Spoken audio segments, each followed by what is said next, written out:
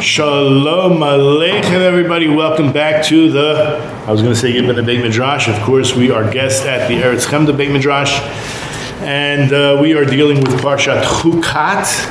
And I want to emphasize in the beginning that we base our discussion on the Yakar, the famous Yakar, written over 450 years ago, and you'll see how relevant it really is. Always the Parsha, always the Torah is relevant. But what I want to do is just explain a few things. Number one, I do encourage you to listen to the Parshiot on the other shirim on this Parsha, especially the one called Kabbalistic Secrets of the Red Heifer. I'll put a link down below.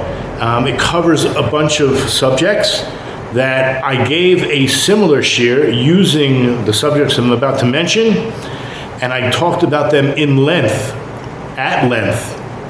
And when I got to this part where we're going to discuss tonight, I quickly gave an overview.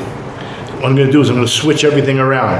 I'm going to give a quick overview of some of the important items discussed in that other class, and then we're going to go slowly and methodically, very carefully through the Parsha dealing with the Para-DOX. The great Para-DOX, and I think I'm going to title this class the Para-DOX, the Paraduma Para-DOX. And what does that imply? Because the person who is pure, who sprinkles, or the people that are involved with the burning of the Paraduma and carrying the waters become impure. Now, the level of impurity is not the same level of impurity that they're cleaning people through. In other words, people who are tamei mate, people who have become impure through a corpse, are being sprinkled, and therefore they go to the Temple Mount and experience the Chagim, or for the Kohanim to be involved in the Avoda and whatnot. So what I'm going to do right now is go through a list of items that I discussed, but I'm only going to I'm going to mention them very briefly. But also, I encourage you to go to the link below, number one, to see the previous shirim, but also to get these Hebrew sheets, because I encourage you to learn Hebrew, become familiar with the verbiage, with the holy tongue. And here we will begin. Okay, so in the previous class, and I'm going to tell you what the title is again, it's the Kabbalistic Secrets of the Red Heifer. I have,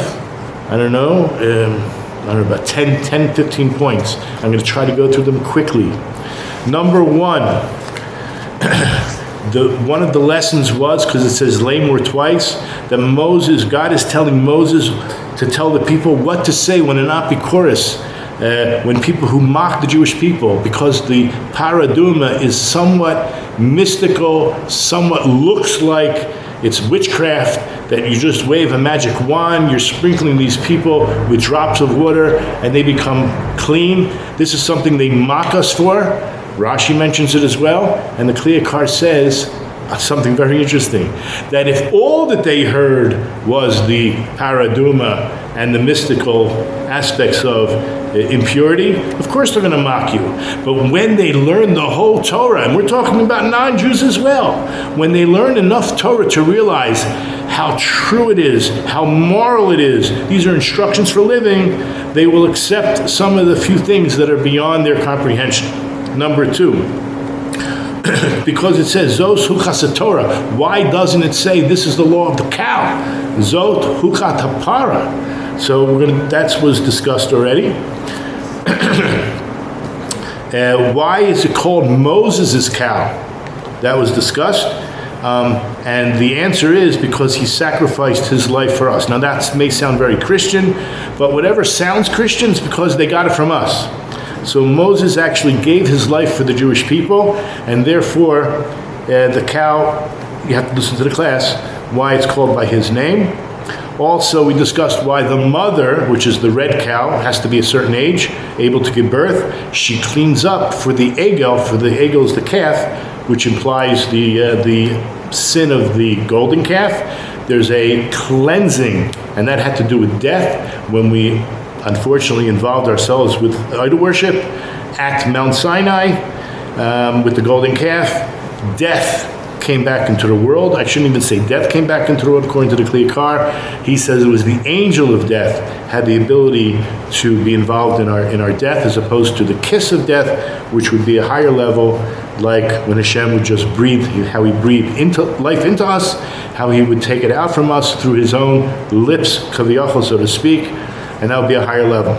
We discussed you need to get rid of the root cause of the sin of the golden calf, and that was through the para, partially because of the burning of the para, which is reddish, and when you burn it and it becomes ash, it's no longer red. You've removed the idea of the redness, which actually, if you listen to the class, relates to gold, okay? Not that, how do they say it in America, that money is the root of all evil? You'll have to hear the shir to hear what it means. It is true, according to the Yakar in this other class, that no human being understands the secrets of the red cow, the paraduma.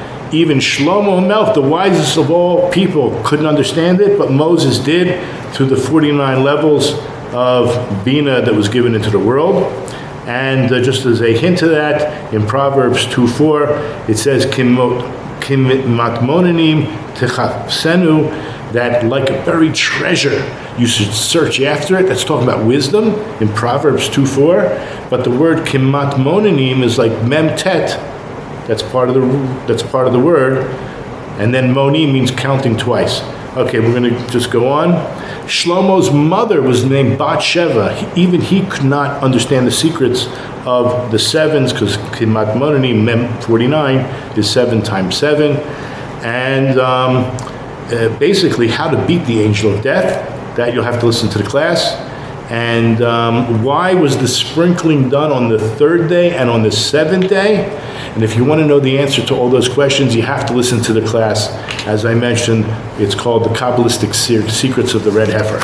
What we're going to deal with, if you look on the Hebrew sheet at the bottom where it says Kaf Aleph 21, if you're on page 629, that's Taf Resh Kaf Tet. It says Kaf Aleph at the bottom, it's like 6 lines up from the bottom. Umaze me hanida yechabes begadav. That's part of the verse. Again, it's Numbers chapter 19, verse 21. In English, it says, "This shall be for them as a perpetual statute." And then it says, "Umaze me hanida," the one who's sprinkling the waters of purification, or the sprinkling waters, yechabes begadav.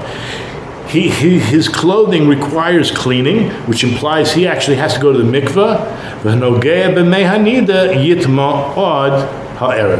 So also the one who was involved in touching the waters is going to be clean until the evening. I'm not going to discuss the different levels of tumah, but know that the level of impurity that is imparted on these people is not tumat mace. Okay, they don't need to be sprinkled, they just need to go to the mikveh. And there's different levels. That's not for tonight's class, but this is the paradox. How come the person who's sprinkling, or i.e., the one who's involved with the making of the ashes and carrying them, becomes impure? What he's doing, he's pure to start with by waving this branch that's sprinkling the water on those who are imparted with tumat mace. He becomes impure, even though he's pure to start with. And the person being sprinkled upon becomes pure. So that's going to be the discussion. What is this paradox for the paraduma all about?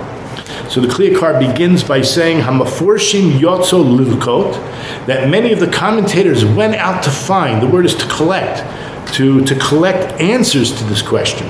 V'lo motzu tam maspik, they didn't find a reason that was sufficient, Lama hapara, why the cow, why this paraduma is hamataheret hatameim, it purifies those who are impure, to tame hatahorim, and yet at the same time it makes impure or imparts impurity onto those that are pure. So he says famously, "V'yato hot oznecha ushma," lean your ear and hear. Not literally, what he means is you got to understand. Try to understand. Get this through your noggin. Ki metzinu shekol oichel einu mukshar letuma ad sheyipu alav mayim. Like on Pesach, we dip our what is it called? The celery, right? We dip a piece of fruit or vegetable into water. We wash our hands first. Why do we wash our hands first? Because there actually is a halacha that when we lived with purity and impurity, so only when water falls on a vegetable or a fruit, and actually the halacha is 7 different liquids. We're just going to talk about water tonight. Once water touches the fruit or the vegetable, you have to have washed your hands because it becomes mukshar. Mukshar means it's fit, okay? It becomes a catalyst. It enables the fruit or vegetable to become impure. Okay, so basically we have the Kohanim, Leviim, they had to eat their food in purity. We only mimic them and hopefully remind them what to do. It's a little bit off topic, but this is a necessary understanding to where we're going to enter. We're entering this idea that water itself somehow imparts, and it doesn't really impart, it makes the ability to impart tumah by someone touching it who's impure or touching something that is impure. So it's the water that is like a conductive. It's conducive to it becoming impure, which is going to be very strange, but you have to understand, we're talking very metaphysical here. So we find that all food does not become fit to become impure until water falls on it. And he asks, "Ve'ech efshar hamayim shemakuram tahara yisavavu hatuma." How is it that water, whose actually source itself is pure, like a mikveh, like a spring, the water itself comes from a very pure place? How is the water, which is pure, conducive to creating a situation where tumah can come or impart itself on? And there is the foundation for what we're about to enter. The answer is, the explanation is as follows. This all is considered what he calls natural, or, in physics, but the truth is we're dealing with metaphysics. We are dealing with something metaphysical.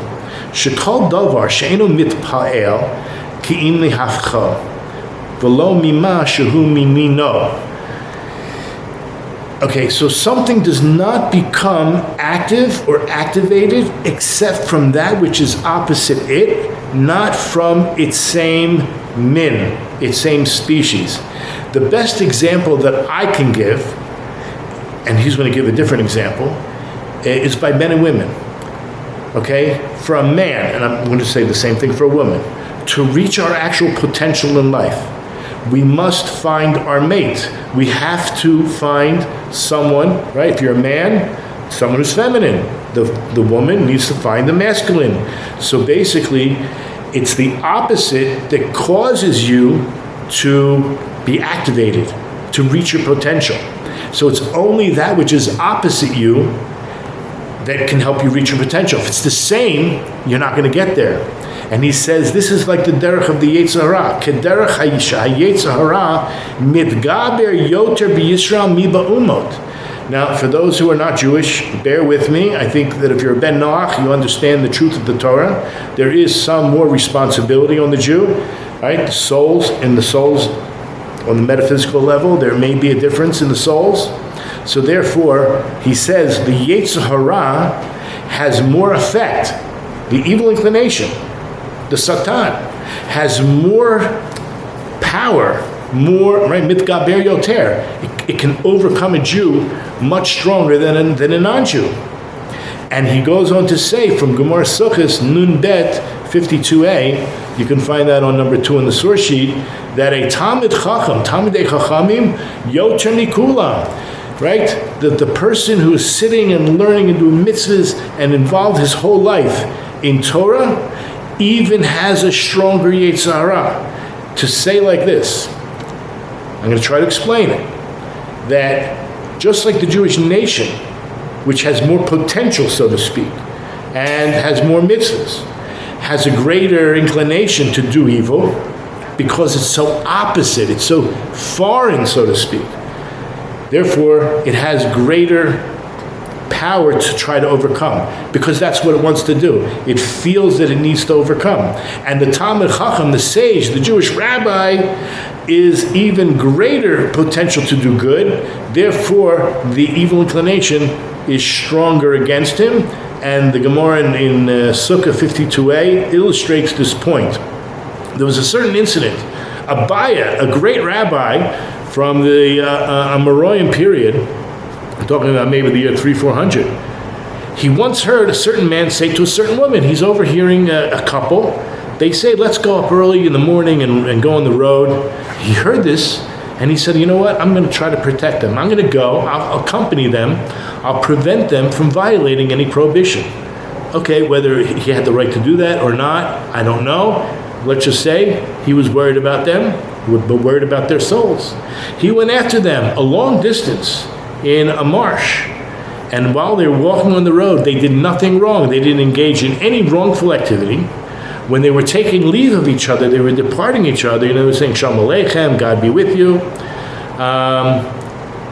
After they traveled a long distance together, they actually said, the company was very pleasant, and Abaya witnessed that the company was very pleasant.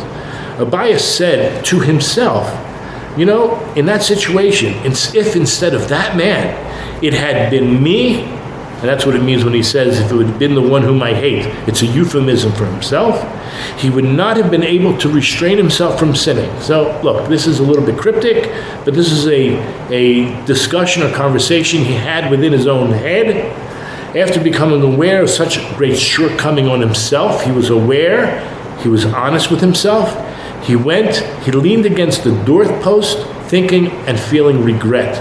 And then a certain elder, which usually means Elijah, Eliyahu Navi, taught him this great thing. And we should know this, that anyone who is greater than someone else, his evil inclination is greater than that other person. So in Hebrew, B'kol hagadol mechavero, anyone who's greater, maybe in spirituality, right? Yitzro gado heimenu, that his own evil inclination is much stronger than the other guy. And the reason why, lefi shekulam hafcheim lo, the whole idea that anything that is opposite you, meaning it's not the same, right? The Jewish people are supposed to be so good. The Talmidei Chachamim are supposed to be so good. There's not such great expectations from the non-Jews, right? The 7 laws, they're not positive laws. They're all negative. It's like, refrain, just don't cause any damage, right? Okay, you have to set up a system of justice. That's the only positive, and that already tells you a lot. There is something to do, but basically it's don't destroy the world. There's not great expectations. I'm sorry to say, that seems to be what we understand. Zetam shesamuch la'aliyat hashachar, oilas hashachar, right? That's why that very close to the dawn, hachoshek mitgaber, that the darkness gets stronger. Now I'm going to put it in my own words. Look at number 3 in the source sheet. I'm going to take this well-known statement that it's always darkest before the dawn. Now I have to tell you, it's probably not true in a physical way, but it is in a metaphysical way, and it's a metaphorical expression. So I looked it up on Wikipedia, and it says that it's a metaphorical expression that conveys the idea that things often seem the bleakest or most difficult just before a significant breakthrough or positive change occurs. If you see the bottom, another way to phrase this could be, if you hit rock bottom, right? I don't know if there's any person out there that had an addiction of any sort. If you hit rock bottom, what do you have to say to yourself? I can't go any lower. There's only one way but up. right? So the next idea that I want to bring about this idea is on the next page, underlined, applied more broadly, this saying suggests that in times of adversity or challenges, when things appear most difficult or hopeless, it may indicate that a positive change or improvement is on the horizon. Okay? And the next thing also, King Solomon had a staff, and on his staff he had written, "This too shall pass." Now, normally, when someone is experiencing a downtime, a depression, right, it's very nice to say to him, "This too shall pass." That's true. But guess what? Solomon was at the height. He had everything, wisdom and wealth and health and everything. And he had written on his staff, "This too shall pass," to imply what? Don't get too full of yourself either. So yes, it's mainly gives you hope in desperate situations, but also remind yourself that in great situations, this too shall pass. Don't get too full of yourself. So the Yakar is explaining this idea, ki kol davar mitpa'el mehafchu dafka. In a metaphysical sense, the active, right? When does that person really recover? Only when they hit rock bottom. When do they make the changes in their life? Only when they hit rock bottom. So too, when you experience the opposite of what your potential is, that's when all your power becomes activated, right? Lefikach, therefore he explains, kol oicha v'zera. We were talking about foodstuffs. They don't become impure. Okay, I'm going to read, lefikach kol oicha v'zera eno mitpalel min hatuma lasot bo roshan ad sheyavo lav mayim shekulim tahara. That the foodstuffs will not become, it cannot even have a chance of becoming impure unless the pure waters have been, placed upon the food or the seed stuffs.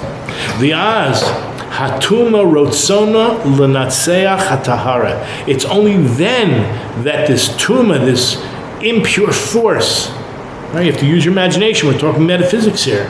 That the impure force, it wants to be victorious. It wants to overcome that which is pure. And then it wants to overcome it, and then it makes a lasting impression. Guess what? This is what the purification's waters do. V'chak mei nida. Second line down. Now, this is exactly what the purification waters do. Sheyesh behem mayim, right? It's mainly water. Shekulam tahara. As we said, the water comes from a very pure place. But what else is in the water? I want to mention what's in the water. We actually have a pasuk that explains it. You'll find, I think it's towards the end. It actually is. If you go to number 11, it's in Numbers 19:6. The Kohen shall take a piece of cedar wood. It's going to play a very important part. It's called Eitz Erez, and a hyssop, Azov, as well as a crimson wool, Shnei Tolaat. And they're going to cast that into the burning cow. So within the ashes, you have the ashes. The ashes contain the red cow, the Para-DOX. It also has these other twigs, as well as this piece of wool that's burnt. Okay, it's burnt. And then you have the water. But the main ingredients we're going to deal with at the moment is the ash of the cow as well as the water. So the last thing he said was that you have water which is pure, the yesham ether para, but you also have the ashes of the cow, shekulam tamei, right? It's tuma. So you have something pure and something impure, and vehem ma'uravim yachad, they're mixed together. Lefikach, therefore. Now, I don't know if you know anything about homeopathy. I don't know if you can pronounce it that way. Homopathy. Lefikach, it's a little bit like that, but we're not going to get into that right now. Lefikach, im me nida zoyrek al adam tameh. If this purification waters was thrown on the person who is impure, remember, it's a mixture of water and ash. So ein adam nitpala min ha'ether, it's not the ether that's activating him, because he's impure and the ether is impure. Harehu mimino, because it's the same we'll call it a species, meaning the same level of impurity. He's impure. The ash symbolizes impurity. But the water's doing the effect on him. That's what's activating him. But it is a mixture. He himself is impure. The water is pure. It's the water that's active. And that's what's overcoming and being victorious over the impurity. Adam tahur, like the guy who's carrying, he's pure. He's noisei mehanida. Eino mitpael min hamayim. It's not the water that's affecting him because it's the same min. Kihem imuno. Ushneim tahurim. He's pure and the water's pure. But what is making him impure? Hu mitpael min ha'ether. It's the ether. It's the ash that's in the mixture. Heim hafchiim lo. That's what's opposite him. Kihu tahur. Remember, he started off being tahur, pure, and it's the ether that's tameh. It's the ashes that are the opposite of him.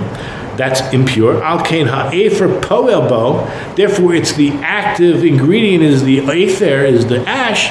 That's poel bo. That's what's activating in him. Voiso rosham latamo, and that's what's making him pure. So now the question would be, everyone should have this question. What do you need the ash it off for?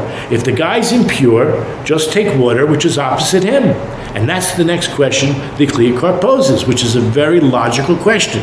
Im tisha lomar, if you would ask to say, if that's the case, im kain, ha'ether lamali, what do I need the ash it off for? The active ingredient is the water, which is pure. He's impure. Just throw water on him. Just sprinkle water on him. Yitaru b'mayim v'lo ether. Just use water, which is pure, and purify him just with water, without the ether. Tshuva l'davar. The answer to the matter is as follows: Sheyesh tzorach b'zrichas ha'efer olav. It's actually necessary. You need to have the ash within the mixture, and that has to be thrown on him or sprinkled on him. Ki lo yochel lihitaher ad sheyeda makor hatuma. This is very important, especially in recovery, right? Anybody who wants to be healed from a character trait, he has to be honest. She has to be honest with themselves. They have to know the source of the impurity, which is in that case a character trait. In this case, it's the impurity of the golden calf. It's death came into the world. As he says, that you're not able to make pure the person until they are aware, until they know, until they're cognizant of the fact of where the tumah where the impurity comes from. And you make every effort to remove the cause. As I mentioned in the last week's parsha, in the shir that I gave previously, was to uproot the cause. You cannot repent. You cannot be cured from the problem of sin until you admit, right, confession, have regret, and change your ways. You have to uproot the original reason for the sin. To say, Harelu chashtar v'shovro imo. This is basically a statement. Basically, you're talking about the shtar is like a document of a debt. V'shovro imo is the bill of payment. You need both. You have to admit that you did it, and hopefully at the same time recover from it and pay it off. Ube'eruv zeh, meaning this mixture of both water and ash, koach hamayim iti lashmun inan. So the water, the power of the water is just like we explained above. That's going to purify him. Shemenatzchi makar tuma, and the waters are coming to uproot and to be victorious over the source of the tumah itself. The outside haremez makom iti lomar. From a deeper aspect, hints. The Yakar feels this is the place to say and bring the words of the Para-DOX that explains Sheperish kol inyane hapara. I would say drum roll please at this point. This is very important. This is all about doing repentance. It's all about repentance at this point. The para-adurma and the Para-DOX is somehow related to the whole idea of tshuva, of repentance. That's what he means when he says darchei tshuva, like the Balakeda brings in his book. V'alzeh haderech karov l'shmoa. And this, I'll paraphrase, is easy to understand. Literally, this is the way where it's close to hearing, but I think what he means, and I know that's what he means, this is going to be this is much easier to understand. He says, Sherefuat hanefesh ke refuat haguf. So when we do pray for someone who is ill, we are praying for their souls as well, because there's a soul-body connection to every illness. Okay? The illness that is appearing on the outside, I know this might be very hard for many people to accept, but we're talking metaphysics here, soul-body connection, that we need to solve the problem at the root, and the root is usually on the soul level. Not always, okay, but in majority of cases, that's how it works. So the way to heal the soul is similar to the way of healing the body. And he says, Ki hamashke hamoil l'trufas adam chole. The word mashke here means liquid, but it's referring to the potion that the pharmacist made, right? The medicine, right? I think a spoonful of medicine helps the medicine go down. But anyway, the mashke will actually be helpful to heal a person who is sick, but at the same time, it could be mazik la'adam bari. So, look, people should not, right? You don't go into your friend's medicine cabinet and just start taking pills that don't belong to you or not prescribed to you, okay? So, it could actually make one sick to take a healthy person to take medicine. The same medicine that is helpful to one person, for example, I'll just use insulin as an example, it could help the diabetic, but it can also kill a healthy person. Okay, so the Gemara in Tainus mentions, very, very similar idea, Bar Beirav Diyase B'Tainita, and you can find this in number 5 on the source sheet, but let's stick to the Hebrew first. What does it mean, Bar Beirav? That means a yeshiva student. Diyase B'Tainita, he's sitting, or he's actually fasting, he's sitting in his fast. Kolba Lechul Shirute. It's like throwing food to the dogs. What does that mean? What does that mean? Look in the Gemara, number 5. Am I right? No, it's Tainus, sorry. Where's Tainus? Oh, it's number 4. 11b. Rav Sheshes said, this student of a Torah academy who sits in observance of a fast, if he's fasting, it's like he let a dog eat his portion. It's like throwing his food to the dog. Why? Because remember, he's pure. He's a yeshiva student. He's sitting and learning all day and doing mitzvahs and not thinking about any averas. Okay, so his Torah learning is really very powerful and keeping the world going. But his fast is going to weaken him, and it's going to prevent him from studying Torah properly. It's considered as if a dog ate his meal, because the student doesn't derive any benefit from the fast. In fact, it weakens him. And this is going to come in later, as he says, and we're going to get to it now actually.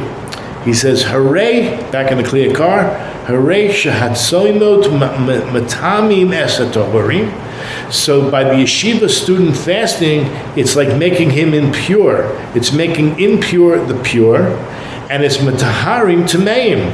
But for those who sit on the corners of the streets and play dice or cards or whatever they do, smoke who knows what, I don't know, whatever they're planning. These are like, I don't know what they are. I don't want to go too far into it, but let's just say they need to fast. So by fasting, that would make pure the impure. But for a yeshiva guy, for a person who's totally enveloped with the love and fear of God and is studying all day, that would make him not literally impure, but it would take away his power of purity. As it says that anybody who's already impure because of sin, Hatsoimos Hachrichim Lo, the fasts are actually necessary and will be helpful to him or her.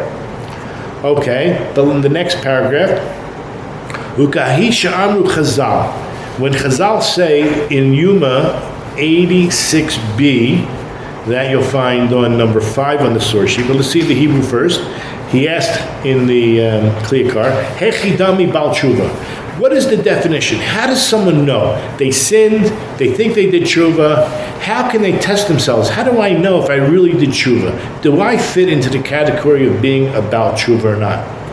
So the Gemara says, Kagon sheba'oto ma'aseh liyado u'peiresh mimena. Because this Bal Tshuva means someone who sinned, and hopefully, right, that's the goal. They did tshuva, they repented, but they weren't tested again. So the Gemara says, no, they were actually in the same exact situation. Well, actually, it doesn't say. It seems like they came to that masa, the opportunity came to their hands, and they didn't do it. Comes Rav Yehuda, Machave Rav Yehuda clarifies. Rav Yehuda says, Ba'oto perak, ba'oto isha, ba'oto makom.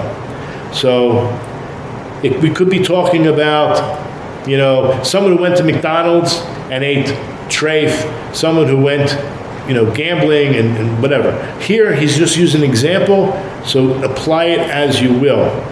Whether you're a woman or a man, whatever it is, just understand the Gemara says that the person had the same opportunities, the same type of timing, with the same type of woman, in the same place. Okay? So in other words, the exact opportunity seemed to present itself, and he transgressed. In this case, he didn't. He's about tshuva. How do you know you're about tshuva? Because everything lined up like it did the last time, and you refrained from doing whatever it was. Now, there is something important, because in Judaism, we do not mityahed with a woman who is not our wives, meaning you're not it doesn't have to be locked, but in a secluded area with a woman who is not your wife. Now, according to the Torah, it's a married woman. According to the rabbis, King David, he's the one who instituted even a non-married woman, one should not be secluded with. So it is interesting that we're going to use the word makom. Makom implies seclusion to a certain extent. So the Yakar says, Ki makom achet v'sha'ar sha'avar bo, that the very place of the sin and the gate in which you passed through, tzarich shasham tiyeh gvurato lihitgaber al yitzro. The Yakar is saying it's there, it's that very place that you need to overcome. You need to strengthen yourself and overcome against your evil inclination. Maybe I should say this now. We're going to see the difference of the opinion between the Yakar and others. He implies, this is not psak halacha, this is not the way to do things, but he's talking in metaphorical terms, and it's true because you can apply this to other things that have nothing to do with yichud. But he's using the word yichud, seclusion, specifically, and we'll see why. Shekavar tampo tam avera u'mevakesh limuda. So he has to go back to the same place, to the same situation, and because he already tasted this forbidden thing there in that place. And what does the Yetzer Hara want to do? It seeks to continue. Limudo means like go by rote, without thinking. Literally means he taught himself. It's like habitual.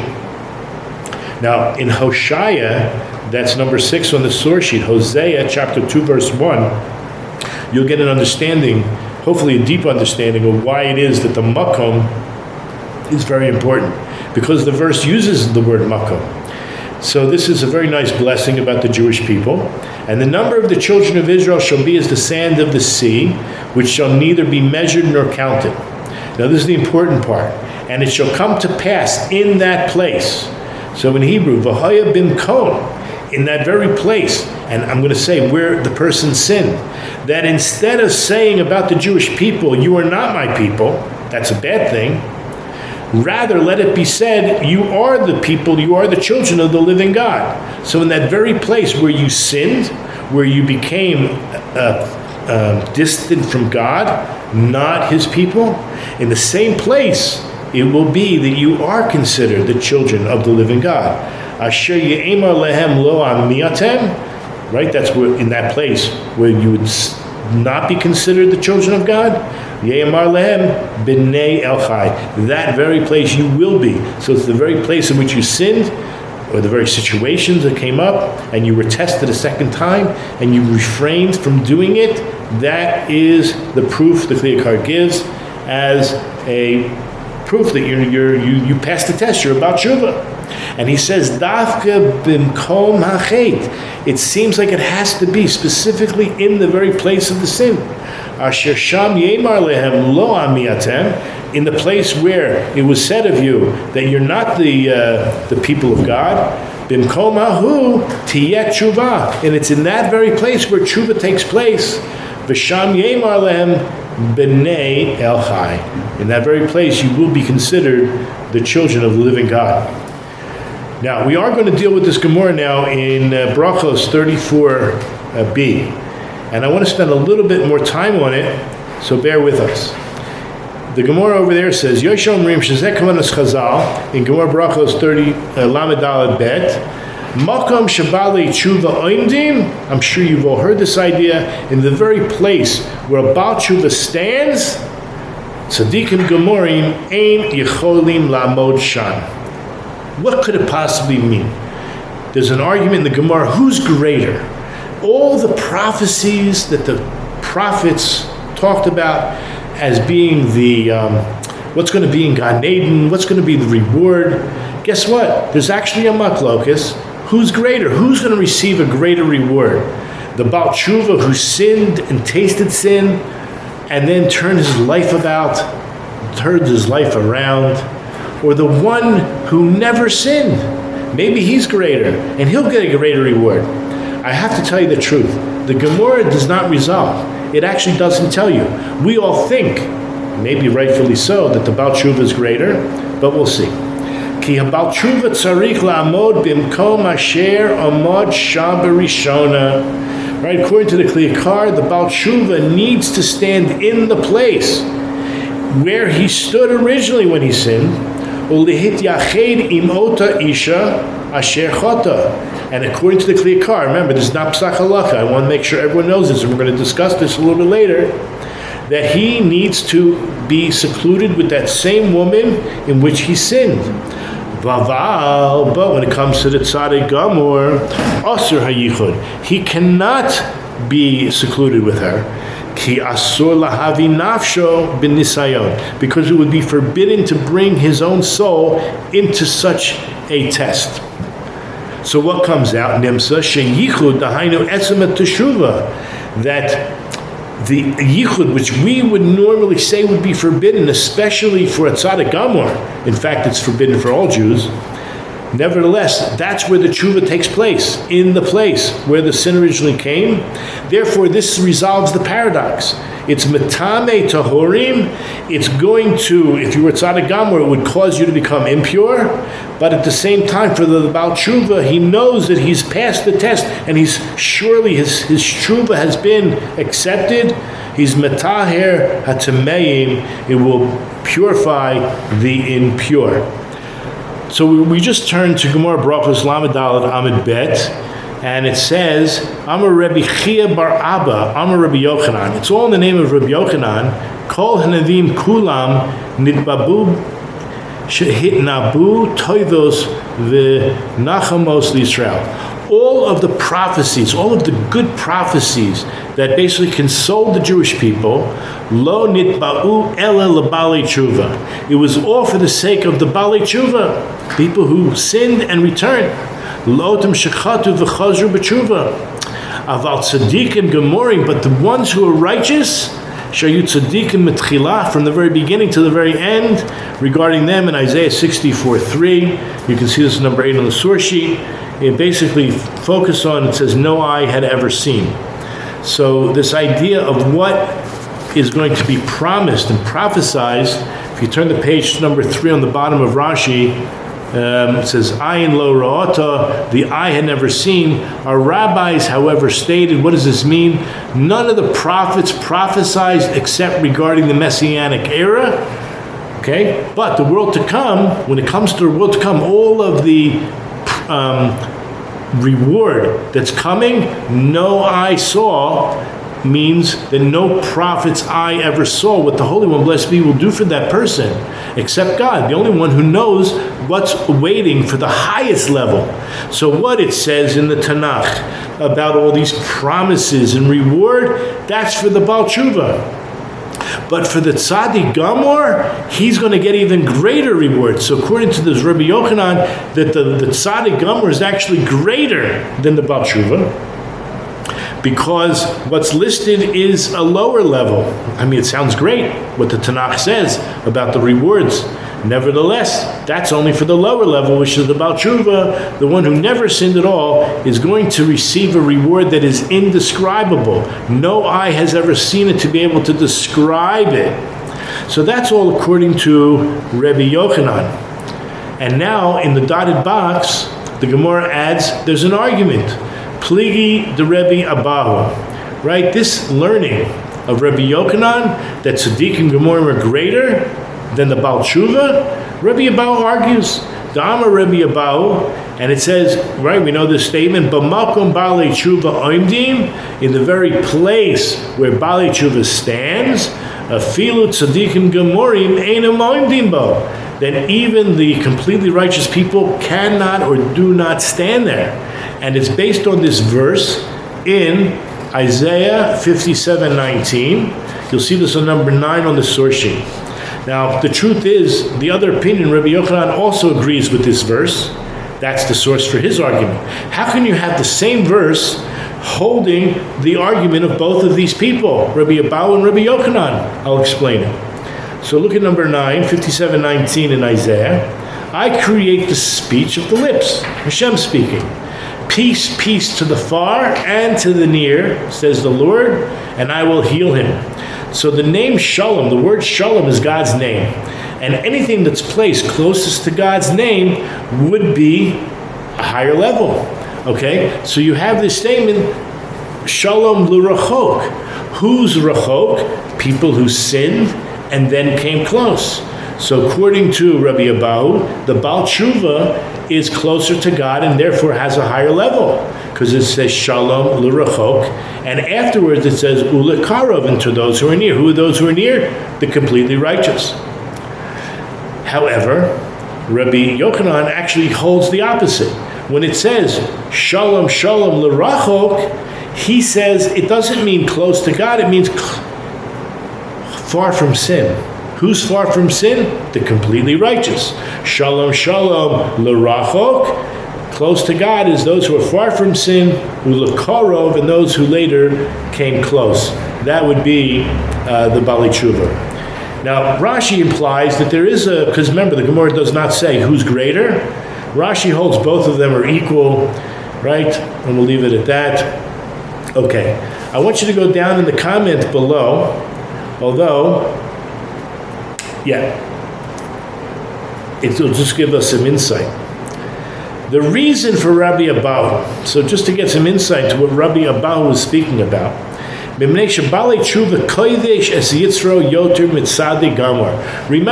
the Baal Tshuva already tasted that sin, and he has to overcome his Yetzer Hara much more than the completely righteous person who never had to deal with these tests. Therefore, according to the Gemara, the simple Pshat, and maybe the Rambam as well, that's why the Baal Tshuva is greater. The Tevis Gama writes that there are 3 reasons for this. Shlosh tamim b'davar. 1, Aleph. Hitgabruto shel habal tshuva laksur me'achet hikasher. The very idea that he's restraining himself, he already tasted the sin, and he or she is refraining themselves from going back, that already is a mile. It's very high because it's very difficult. Whereas if you never tasted that treif pizza or that lobster tail or that, right, so, or the steak melted in butter, you don't know what it tastes like, so you don't have that taiva. The second reason is l'tzadik yesh mitzvahs aseh. Basically, the tzaddik is involved with action, doing mitzvahs that are positive. Whereas the Baal Tshuva, Shoiver Averis, Oisei Tshuva Mi'ava. This is a very interesting and metaphysical concept. The Baal Tshuva, if he makes Tshuva from love, his negatives, his sins, actually turn around into positives. And this is going to be a very important point we're going to mention later. In other words, if someone repents out of fear, they get a clean slate. Baruch Hashem, we should at least be on that level. But if you repent out of love, it doesn't become a clean slate. It's even better. All your negatives actually turn around and turn into positives. That's what he says. Donos nasim lo k'zuchiyot. That all your intentional and negative sins, they turn around into merits and positive things. V'nimsa yesh lo gam mitzvahs lo ta'aseh. So the Baal Tshuva has, he's not just active in positive, but he was active in the negative, which turned into positive, but there's still the positive of that particular negative.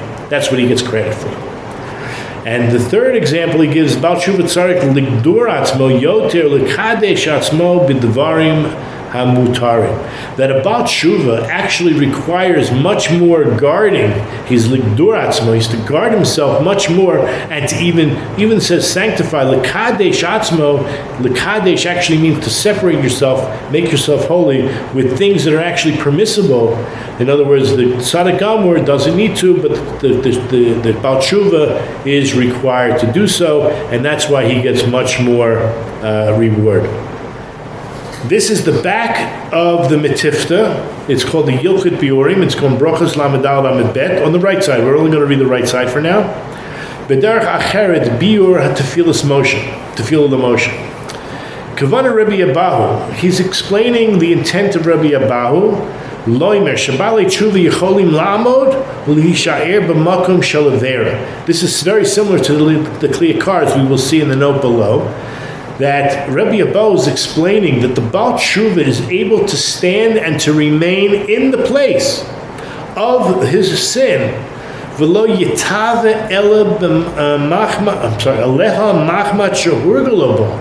And he's not going to have this great desire about her or about the sin because he's already been accustomed to it, right? It's like the idea of forbidden waters, right, are sweeter, right? So, but he's already tasted it, but nevertheless he's gotten used to it. So it's almost not a big deal. Aval tzadikim gemorim shelo titnasu litkaber al yetzer kazeh. But the tzaddik gamor who never was tested to have to overcome a Yetzer Hara like this, lo yochlu lamod hishayer b'makom kazeh. It would be impossible. He would not be able to stand this test in this place. Now, that's what the Yilchot Biorim says, but there's a note on this. And this note just below, Ke'ein zeh pirush ha'kliyakar. They bring down the kliyakar. That's the kliyakar that we've been reading. Now, we're going to see an opposing opinion to the kliyakar, or a clarification of the kliyakar. Says Rabbi Yehuda in Gemara Yuma, Shabbalei Tshuva hu zeh shabo liyado davar avera pamayim ba'oto isha ba'oto paraka ba'oto makom v'nitzul mimena. So what is the Baal Tshuva? How do you define a Baal Tshuva? That it came to him, the same, all the details, the same opportunities, a second time. Same woman, same place. And he was nitzol mimena. He was saved from the fall. Umukach, the Kliyakar proves Shabbat Tshuva tzarich lagil lidarga, that the Baal Tshuva needs to reach to the level shiyochol lamod b'makom hachet shachet b'rishona. He needs to go back to that place that he originally sinned, and actually be secluded with that woman, al Yitzro, and overcome his Yetzer Hara. But the Tzaddik Gamor is also his Yached. Of course, we know, this is what we said before, that the completely righteous person would be forbidden to be alone, secluded with this woman, since it would be forbidden to bring himself to this test, like it says, he wouldn't be able to stand in this high level of the Baal Tshuva. Now, the Tzlach HaKodesh, the Tzlach, that's the Noda Yehuda, Rabbi Cheskel ben Yehuda Levi Landau. So in the 16th century, he says like this. He says, Chas v'shalom, God forbid, Chas v'chalila, God forbid Lomar, to say, Kein lahatir lebal tshuva li'yached imisha. There's no way, no how that it's permissible for this Baal Tshuva to go ahead and seclude himself with this woman. V'adarabba, quite the opposite. Hu tzarich yoter lahosif gedarim lishmor atzmo. What the Baal Tshuva needs to do is create more fences for himself. He needs to create a better guard against falling. Gam hayichud atzmahu asar, to even isolate himself, seclude himself, would be forbidden. Af im lobo machma toli dever. Even if he knows that he's not going to fall, he would still be forbidden. Now, he says, however, El Kavanas Rabbi Yehuda Lomar, the real intention of Rabbi Yehuda was as follows. And this is very interesting because I don't know if it really opposes the Yakar or explains the Yakar. He says, Shebegeder shel tshuva. The actual definition, you want to define, that was the original, how do you know you're about tshuva? The definition of tshuva is, Hu sheyeda benafsho, he knows himself, he knows his soul so well. She'im yikaralo, that if, in other words, it didn't have to happen, it would be like as if it happened. And perhaps that's what he means by the Yakar. Not that he needs to go, but that as if he would have gone, he knows that he would not fall. She'im yikaralo kadavar hazeh, ba'oto makom ba'oto isha, that if it would happen, not that he puts himself there, but if it would happen, that he was in the same place, same time, with the same type of woman, yitgaber al yitzro v'lo yicheta, he knows for sure that he wouldn't do it. That's what it means. God forbid that he would ever put himself into such a situation. Okay, let's continue in the Yakar. We're almost finished. We're on the last paragraph, and until we turn the page, we're only going to be 5 lines down. It says, "V'chein sari kol bal tshuva lahatos lekatze achron bedavar achetbo." Every bal tshuva needs, if you want to do penance, you want to restore your soul, right? You want to get back to where you're supposed to be. What you need to do, because you sinned, you need to lahatot, which means to lean, lekatze acharon, to go to the other extreme. B'davar shechata bo, in the very thing that you sinned in, you need to go to the other extreme. Kedei sheyetze lederech hamamutza, in order that you should come out in the middle. And he gives an example of you. Let's say you have a piece of wood that's warped or bent. Kederech ha'umanin haroitzim liyasher eitz ma'ukim, like a craftsman, in this case, a carpenter. He wants to straighten a piece of wood that has become warped or bent. What does he need to do? You need to bend it in the opposite direction and keep it bent for a while. Right? And what's going to happen is eventually we're going to come to the middle. But for the completely righteous person, lo yetachem derech zeh, it's not even possible to bring him to the situation. The completely righteous person who has always walked the middle path must continue to walk the middle path. Like it says, now these are 2 verses in Ecclesiastes and Koheles. If you look on number 10 on the source sheet, it's Ecclesiastes 7, verse 16 and 17. I only want to focus on the first words of both verses. Be not overly righteous, be not overly wicked, right? Al tiyeh tzaddik harbe, al tiyeh shah harbe. Don't be to this and don't be to that. The idea is to walk the middle path. For the tzaddik gamor, that is King Solomon's advice. Now the last piece of the Yakar, back in the Yakar, V'chein yesh omrim. Similarly, there are those that say, and this is very interesting because we talked about the cedar wood and the hyssop, the eitz erez and the azov. Shedavar zeh nirmaz. This idea hints to what? Bahashlachat eitz erez ve'ezov. And again, we're talking about the middle path, walking the middle path. Why is it so important that you throw into the fire the cedar wood and the hyssop? El tok sreifa sapara, dahainu hashlachat hakatzavot. Because what you're throwing in, what's being thrown in, are two extremes. The cedar is the tallest, strongest tree, and it could represent arrogance, whereas the azov is a lowly bush. It's very flexible. It's not like the cedar. It's not tall at all. It's very lowly, and so therefore, he says, "Ela lahagbiya atzmo ke'erez, shelo lahagbiya atzmo ke'erez." The idea of throwing the cedar in is so that you should know that you shouldn't raise yourself up like in arrogance, like the cedar. V'lo lahashpil atzmo yoter midei ke'ezov, and you shouldn't reduce yourself or minimize yourself more than this bush. By the way, it's been suggested you have these two concepts. We have in Judaism, every Jew should know, every human being should know. Every human being should know the world was created just for you, and that could bring a certain arrogance. On the other hand, you have to have the other idea that you're nothing but dust and ashes, offer heifer, like Abraham called himself. So the idea is that you should never become too arrogant, you should never become too humble, meaning lowly, but somewhere walk the middle path. So too here, the idea that these two items are thrown into the fire and mixed with the ash is to remember not to go to the extremes. Lo lahashpil atzmo yoter midei ke'ezov. Al kein hapara metame u'metaheret. Get back to the paradox. The paradox is, therefore, the actual heifer, the paraduma, makes or impures those who are pure, metame u'metares, and it also makes the pure impure, and makes the impure pure. Kedei shenilmad mimenu, in order that we should learn from it.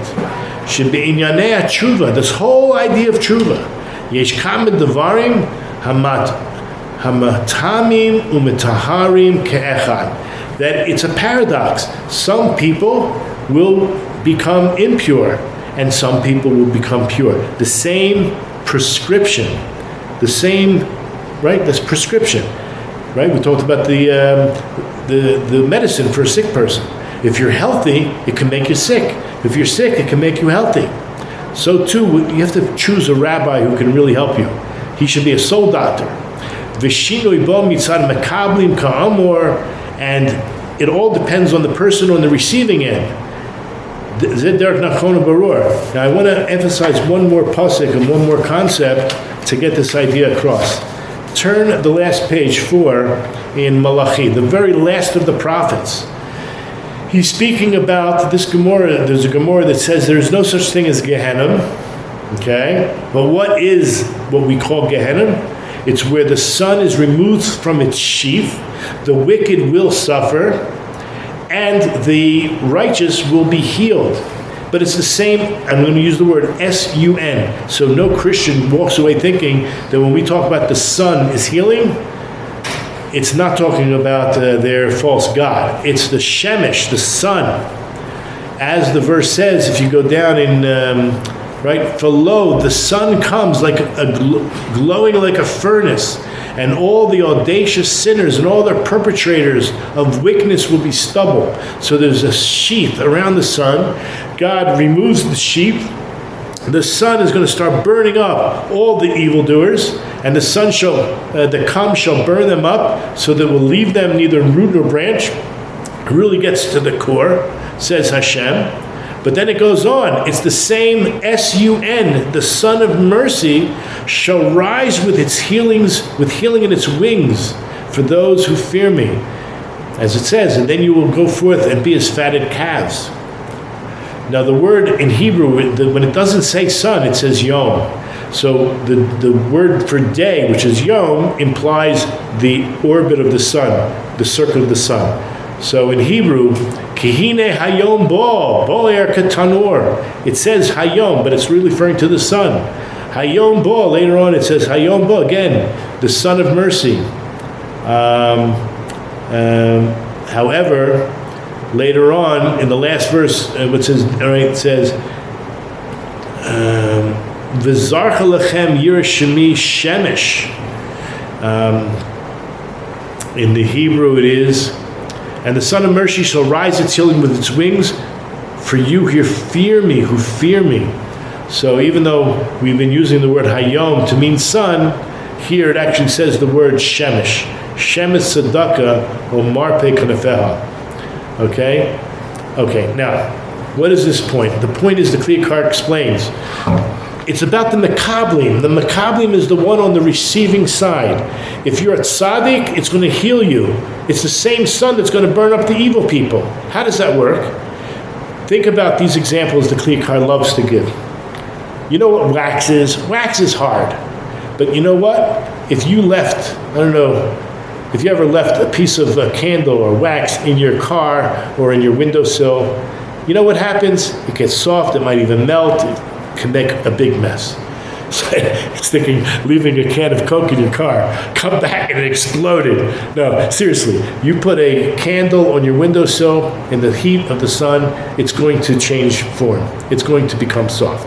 So the same sun, S-U-N, that can cause something hard, like wax, to become soft, can also take an egg inside of an egg. I understand the egg is hard on the outside, but an egg is soft on the inside. You can make a hard-boiled egg here in Israel in July, even in Yerushalayim. You don't have to go to a lot. Put it on the roof of your car, you're going to get a hard-boiled egg. So it's the same S-U-N that's going to cause something that's soft become hard, or something hard to become soft. Another example he likes to give is about a launderer. A launderer goes down to the river, at least in the old days. Here today we just push a button. But you take your clothing to the river and you're sitting there for a few hours in the hot sun. The sun will give your face color, right? Whatever is not properly covered will end up a little darker, which is your face. And your clothes, when you dry them in the sun, it's called sun bleach, right? It somehow weakens the dye. Okay, so the same S-U-N that can make something darker can also make something lighter. What we do, we have free will. That's what we are. We're creating the image of God. We have free will. What we do is going to have an effect. That's the ultimate effect. Of course, Hashem is constantly flowing with His godliness and His goodness, but the question is, do we deserve it? Are we on the receiving end? What are we going to get? So that's the idea between a Baal Tshuva and a Tzaddik Gamor. That's quite in depth. He brings us down as the paradox, that like the medicine can help those who are sick, and it can actually hurt those who are healthy. So B'ezrat Hashem will continue to learn Torah. Okay, I always wish people not just a good Shabbos, but a great life. But I really want to encourage you to learn as much Torah from kosher rabbis, right? You know who they are. And B'ezrat Hashem, we will continue to learn, and we'll see you next week. Have a Shabbat Shalom and a great life.